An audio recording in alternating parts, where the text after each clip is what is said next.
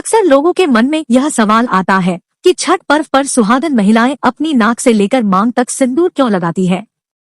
इसके पीछे कई मान्यताएं हैं। अक्सर लोगों के मन में यह सवाल आता है कि छठ पर्व पर सुहागन महिलाएं अपनी नाक से लेकर मांग तक सिंदूर क्यों लगाती है। इसके पीछे कई मान्यताएं हैं, तो चलिए जानते हैं।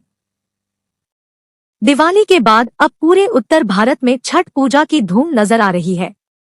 छठ आस्था का महापर्व माना जाता है। माना जाता है कि इस पर्व का पालन करने से मन की हर मनोकामना पूरी होती है और परिवार में सुख समृद्धि बरसती है। छठ पर्व को लेकर हिंदू धर्म में अनेक मान्यताएं भी हैं, जिसे हम समृद्धि और पूर्णता की प्रतीक बताते हैं। इस बार इस महापर्व का आगाज 17 नवंबर से हो रहा है और इसका समापन में 20 नवंबर को मनाया जाएगा। सबसे कठिन पर्व छठ पूजा को माना जाता है और इस व्रत का नियम भी बहुत आयामी होता है। अक्सर लोगों के मन में यह सवाल आता है कि छठ पर्व पर सुहागन महिलाएं अपनी नाक से लेकर मांग तक सिंदूर क्यों लगाती है। इसके पीछे कई मान्यताएं हैं। सिंदूर की मान्यता। धार्मिक मान्यताओं के अनुसार महिलाओं का नाक से मांग तक सिंदूर लगाने के पीछे एक कारण है।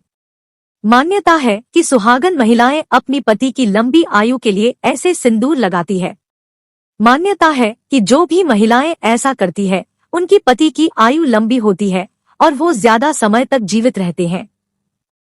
छठ पर्व पर महिलाएं नाक से मांग तक सिंदूर इसलिए लगाती है ताकि उनके पति की लंबी आयु हो, उनका समाज में सम्मान और प्रतिष्ठा बढ़े। धार्मिक मान्यता है कि जो महिलाएं सिंदूर छिपा लेती है, उनका पति समाज में छुप जाता है और तरक्की नहीं कर पाता है, इससे उसकी आयु भी कम हो जाती है। इस कारण छठ पूजा के दौरान महिलाएं नाक से लेकर मांग तक सिंदूर भरती है। महिलाएं अपने पति के प्रति प्रेम और सम्मान भी जाहिर करती है। सिंदूर से संबंधित कथा।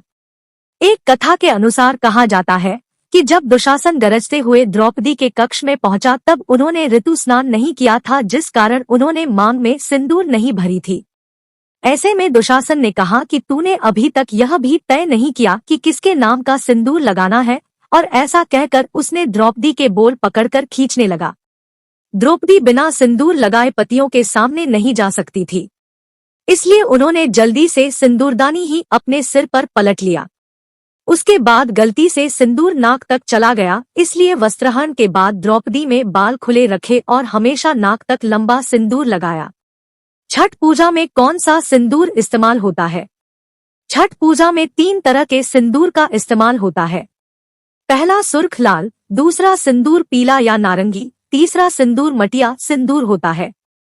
मटिया सिंदूर बिहार में लगाने की है विशेष परंपरा। मटिया सिंदूर का प्रयोग हिंदू धर्म के मान्यताओं के अनुसार विशेष रूप से बिहार में किया जाता है। इस सिंदूर को सबसे शुद्ध माना जाता है। एकदम मिट्टी की क्वालिटी का यह सिंदूर होता है।